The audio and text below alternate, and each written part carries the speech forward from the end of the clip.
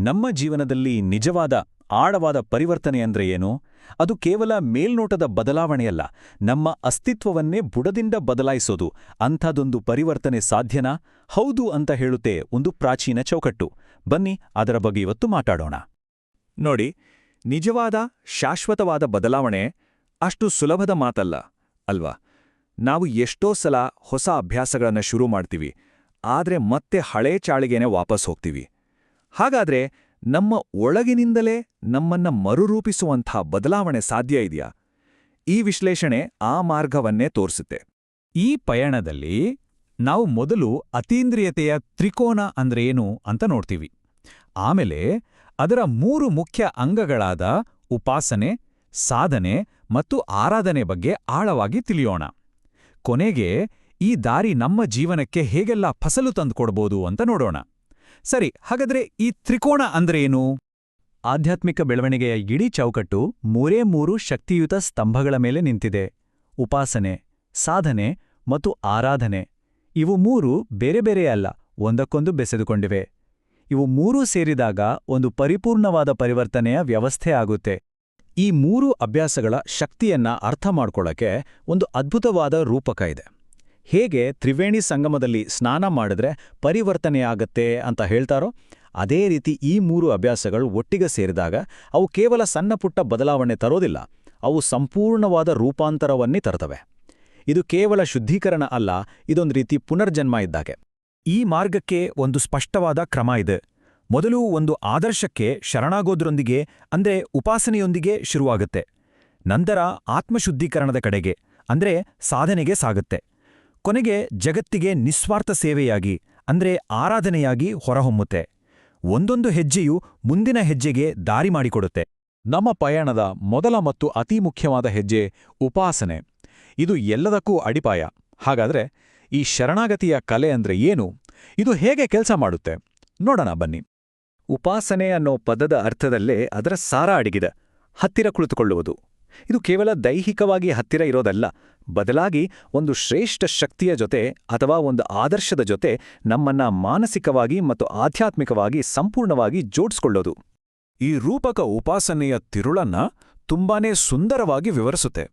ನಮ್ಮ ಸೀಮಿತ ನಾನು ಅನ್ನೋ ಅಹಂಕಾರವನ್ನ ಬಿಟ್ಟು ಒಂದು ದೊಡ್ಡ ಉನ್ನತ ಅಸ್ತಿತ್ವದ ಭಾಗವಾಗೋದು. ನೋಡಿ, ಒಂದು ಹನಿ ತನ್ನ ಪ್ರತ್ಯೇಕತೆಯನ್ನ ಬಿಟ್ಕೊಟ್ಟಾಗ ಅದು ಇಡೀ ಸಾಗರದ ಶಕ್ತಿಯನ್ನೇ ಪಡೆಯುತ್ತೆ. ಇದೇ ಶರಣಾಗತಿಯ ಅದ್ಭುತ ಫಲ. ಒಂದು ಆದರ್ಶದ ಹತ್ತಿರ ಇದ್ರೆ ಹೇಗೆ ಪರಿವರ್ತನೆ ಆಗುತ್ತೆ ಅನ್ನೋದಕ್ಕೆ ಇದಕ್ಕಿಂತ ಒಳ್ಳೆ ಉದಾಹರಣೆ ಇಲ್ಲ. ಹೇಗೆ ಶ್ರೀಗಂಧದ ಮರದ ಪಕ್ಕದಲ್ಲಿರೋ ಬೇರೆ ಮರಗಳಿಗೂ ಅದರ ಸುಗಂಧ ಹರಡುತ್ತೋ, ಹಾಗೆಯೇ ನಾವು ಉನ್ನತ ಆದರ್ಶಗಳ ಜೊತೆ ಸಂಪರ್ಕದಲ್ಲಿದ್ದಾಗ ಆ ಗುಣಗಳು ಸಹಜವಾಗಿಯೇ ನಮ್ಮಲ್ಲಿ ಮೂಡೋಕೆ ಶುರುವಾಗುತ್ತೆ. ಸರಿ, ಉಪಾಸನೆಯ ಮೂಲಕ ಒಂದು ಸಂಪರ್ಕವನ್ನ ಸ್ಥಾಪಿಸಿದ ಮೇಲೆ ಮುಂದಿನ ಹೆಜ್ಜೆ ಸಾಧನೆ. ನಾವು ಸ್ಥಾಪಿಸಿದ ಆ ಸಂಪರ್ಕವನ್ನ ಉಳಿಸ್ಕೊಂಡು ಅದನ್ನ ಇನ್ನಷ್ಟು ಬಲಪಡಿಸೋಕೆ ಬೇಕಾದ ಆಂತರಿಕ ಶಿಸ್ತು ಇದು. ಈಗ ನಮ್ಮ ಒಳಗೆ ನೋಡ್ಕೊಳ್ಳುವ ಸಮಯ. ಇಲ್ಲೊಂದು ಮುಖ್ಯವಾದ ವಿಷಯವನ್ನ ಗಮನಿಸಬೇಕು. ಸಾಧನೆ ಅನ್ನೋದು ದೇವರನ್ನು ಮೆಚ್ಚಿಸೋಕಲ್ಲ, ಅದು ನಮಗೋಸ್ಕರ, ನಮ್ಮನ್ನೇ ಒಂದು ಉತ್ತಮ ಪಾತ್ರೆಯನ್ನಾಗಿ ಮಾಡಿಕೊಳ್ಳುವ ಪ್ರಕ್ರಿಯೆ. ಯಾಕೆಂದ್ರೆ ದೈವಿಕ ಅನುಗ್ರಹ ಅನ್ನೋ ಮಳೆ ಸುರಿದಾಗ ಅದನ್ನ ಹಿಡಿದಿಟ್ಟುಕೊಳ್ಳೋಕೆ ನಮ್ಮ ಪಾತ್ರೆ ಗಟ್ಟಿಯಾಗಿ ಸಿದ್ಧವಾಗಿರಬೇಕಲ್ವಾ? ಈ ಕೃಷಿಯ ರೂಪಕ ಸಾಧನೆಯ ಉದ್ದೇಶವನ್ನ ಬಹಳ ಸರಳವಾಗಿ ಹೇಳುತ್ತೆ. ನಮ್ಮ ಮನಸ್ಸು ಒಂದು ಹೊಲ ಇದ್ದ ಹಾಗೆ. ಅದರಲ್ಲಿ ನಕಾರಾತ್ಮಕ ಯೋಚನೆಗಳು, ಆಸೆಗಳು, ಅಹಂಕಾರ, ಹೀಗೆ ಕಳೆಗಳು, ಕಲ್ಲುಗಳು ತುಂಬಿರ್ತವೆ. ಸಾಧನೆ ಅನ್ನೋ ಉಳುಮೆಯಿಂದ ನಾವು ಈ ಅಡೆತಡೆಗಳನ್ನೆಲ್ಲ ತೆಗೆದುಹಾಕಿ ನಮ್ಮ ಮನಸ್ಸನ್ನ ದೈವೀ ಜ್ಞಾನದ ಬೀಜಗಳನ್ನ ಸ್ವೀಕರಿಸೋಕೆ ಸಿದ್ಧಪಡಿಸ್ತೀವಿ. ಹಾಗಾದ್ರೆ ನಮ್ಮ ಮನಸ್ಸಿನ ಹೊಲದಲ್ಲಿರೋ ಆ ಕಳೆಗಳು, ಕಲ್ಲುಗಳು ಯಾವುವು? ಪ್ರಮುಖವಾಗಿ 3 ಅಡೆತಡೆಗಳಿವೆ. ವಾಸನೆ ಅಂದ್ರೆ ಹಳೆಯ ಆಳವಾದ ಆಸೆಗಳು, ತೃಷ್ಣೆ ಅಂದ್ರೆ ಎಂದಿಗೂ ತಣಿಯದ ಬಯಕೆ, ಮತ್ತು ಅಹಂತ ಅಂದ್ರೆ ಅಹಂಕಾರ. ಇವು ನಮ್ಮ ಆಧ್ಯಾತ್ಮಿಕ ಪಾತ್ರೆಯಲ್ಲಿರುವ ತೂತುಗಳಿದ್ದ ಹಾಗೆ. ಇವು ದೈವಿಕ ಅನುಗ್ರಹವನ್ನ ಸೋರಿಹೋಗುವಂತೆ ಮಾಡುತ್ತವೆ. ಇವುಗಳನ್ನ ಗೆಲ್ಲೋದೇ ಸಾಧನೆಯ ಗುರಿ. ಉಪಾಸನೆ ಮತ್ತು ಸಾಧನೆಯಿಂದ ಗಳಿಸಿದ ಆಂತರಿಕ ಶಕ್ತಿಯನ್ನ ಈಗ ಕಾರ್ಯರೂಪಕ್ಕೆ ತರುವ ಸಮಯ. ಇದು ನಮ್ಮ ಆಧ್ಯಾತ್ಮಿಕತೆಯನ್ನ ಹೊರಜಗತ್ತಿಗೆ ತರುವ ಅಂತಿಮ ಮತ್ತು ಅತಿ ಸುಂದರವಾದ ಹಂತ. ಇಲ್ಲಿ ಆರಾಧನೆ ಅನ್ನೋ ಪದದ ಅರ್ಥವೇ ಬದಲಾಗತ್ತೆ. ಲೇಖಕರ ಗುರುಗಳ ಪ್ರಕಾರ ನಿಜವಾದ ಪೂಜೆ ಇರೋದು ಪೂಜೆ ಪುನಸ್ಕಾರಗಳಲ್ಲ, ಬದಲಿಗೆ ಸಹಾನುಭೂತಿಯ ಕೆಲಸಗಳಲ್ಲಿ. ಇಡೀ ಸಮಾಜವನ್ನೇ ದೇವರ ವಿರಾಟ ರೂಪ ಅಂತ ನೋಡಿ ಆ ಸಮಾಜಕ್ಕೆ ಸೇವೆ ಮಾಡೋದೇ ಅತ್ಯುನ್ನತವಾದ ಆರಾಧನೆ. ಆರಾಧನೆಯ ಮೂಲ ತತ್ವ ಇದು. ಬಿತ್ತು ಮತ್ತು ಬೆಳೆ. ನಮ್ಮಲ್ಲಿರುವ 4 ಮುಖ್ಯ ಸಂಪನ್ಮೂಲಗಳನ್ನ ಅಂದ್ರೆ ನಮ್ಮ ಸಮಯ ಮತ್ತು ಶ್ರಮ, ನಮ್ಮ ಜ್ಞಾನ ಮತ್ತು ಬುದ್ಧಿ, ನಮ್ಮ ಪ್ರೀತಿ ಮತ್ತು ಭಾವನೆ ಮತ್ತು ನಮ್ಮ ಸಂಪತ್ತನ್ನ ಸಮಾಜದ ಒಳಿತಿಗಾಗಿ ನಾವು ಹೂಡಿಕೆ ಮಾಡಬೇಕು. ನಾವು ಏನನ್ನ ಬಿತ್ತುತ್ತೇವೋ ಅದನ್ನೇ 100ರಷ್ಟು ವಾಪಸ್ ಪಡೆಯುತ್ತೇವೆ. ಈ ಕಥೆ ಆಚರಣೆಯ ಪೂಜೆ ಮತ್ತು ನಿಜವಾದ ಸೇವೆಯ ನಡುವಿನ ವ್ಯತ್ಯಾಸವನ್ನ ಕಣ್ಣಿಗೆ ಕಟ್ಟಿದ ಹಾಗೆ ತೋರಿಸುತ್ತೆ. ರಾಜನಿಗೆ ತನ್ನ ಫೋಟೋ ಪೂಜೆಗಿಂತ ತನ್ನ ತೋಟ ಚೆನ್ನಾಗಿರೋದು ಮುಖ್ಯವಾಗಿತ್ತು. ಹಾಗೆಯೇ ದೇವರು ಕೂಡ ನಾವು ಮಾಡುವ ವಿಧಿವಿಧಾನಗಳಿಗಿಂತ ಹೆಚ್ಚಾಗಿ ಆತನ ಸೃಷ್ಟಿಯ ಬಗ್ಗೆ ನಮಗಿರೋ ಕಾಳಜಿಯನ್ನ, ನಮ್ಮ ಸೇವೆಯನ್ನೇ ಗಮನಿಸ್ತಾನೆ. ಸರಿ, ಇದೆಲ್ಲ ಕೇಳೋಕ್ ಚೆನ್ನಾಗಿದೆ. ಆದ್ರೆ ಈ 3 ಹಂತದ ಅಭ್ಯಾಸವನ್ನ ಜೀವನ ಪೂರ್ತಿ ಮಾಡಿದ್ರೆ ಸಿಗೋ ಫಲವಾದ್ರೂ ಏನು? ಸಿದ್ಧಾಂತವನ್ನ ಬಿಟ್ಟು ನಿಜ ಜೀವನದಲ್ಲಿ ಇದರ ಪರಿಣಾಮವೇನು? ಲೇಖಕರ ಸ್ವಂತ ಅನುಭವವನ್ನೇ ನೋಡೋಣ. ಈ ಸಂಖ್ಯೆ ನೋಡಿ, 75. ಇದು ಲೇಖಕರ ಆಳವಾದ ಬದ್ಧತೆ ಮತ್ತು ಅನುಭವದ ಬಗ್ಗೆ ಹೇಳುತ್ತೆ. ಇದು ಕೇವಲ ಪುಸ್ತಕದಲ್ಲಿ ಓದಿದ ಜ್ಞಾನವಲ್ಲ, ಬದಲಿಗೆ 75 ವರ್ಷಗಳ ಕಾಲ ಜೀವಿಸಿ, ಅನುಭವಿಸಿ, ಕಂಡುಕೊಂಡ ಸತ್ಯ.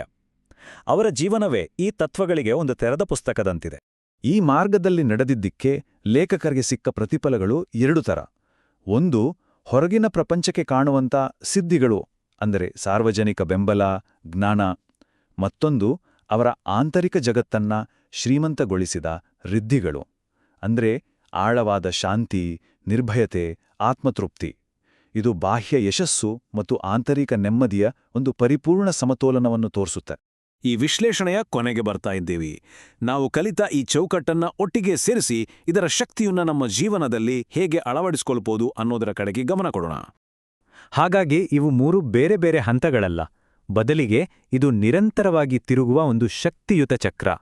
ಉಪಾಸನೆಯ ಶರಣಾಗತಿ ಸಾಧನೆ ಮಾಡೋಕೆ ಸ್ಫೂರ್ತಿ ಕೊಡುತ್ತೆ. ಸಾಧನೆಯಿಂದ ಶುದ್ಧವಾದ ಮನಸ್ಸು ಆರಾಧನೆಯಲ್ಲಿ ಅರಳುತ್ತೆ. ಮತ್ತೆ ಆ ಸೇವೆ ನಮ್ಮನ್ನ ಇನ್ನಷ್ಟು ಶರಣಾಗತಿಯ ಕಡೆಗೆ ತಗೊಂಡೋಗುತ್ತೆ. ಇದು ಒಂದು ಸುಂದರವಾದ ವೃತ್ತ. ಕೊನೆಯಲ್ಲಿ ಈ ವಿಶ್ಲೇಷಣೆ ನಮ್ಮ ಮುಂದೆ ಒಂದು ಬಹಳ ಮುಖ್ಯವಾದ ಪ್ರಶ್ನೆಯನ್ನು ಇಡುತ್ತೆ. ನಮ್ಮ ಸಮಯ, ಶಕ್ತಿ ಮತ್ತು ಸಂಪನ್ಮೂಲಗಳೆಲ್ಲವೂ ನಮ್ಮ ಕೈಯಲ್ಲಿರುವ ಬೀಜಗಳು. ನಾವು ಆ ಬೀಜಗಳನ್ನ ಕೇವಲ ನಮ್ಮ ಸ್ವಂತ ಸಣ್ಣ ಅಂಗಳದಲ್ಲಿ ನಡ್ತೀವಾ, ಅಥವಾ ಈ ಇಡೀ ಜಗತ್ತು ಅನ್ನೋ ವಿಶಾಲವಾದ ತೋಟವನ್ನ ಪೋಷಿಸೋಕೆ ಬಳಸ್ತೀವಾ? ಆಯ್ಕೆ ನಮ್ಮದೇ.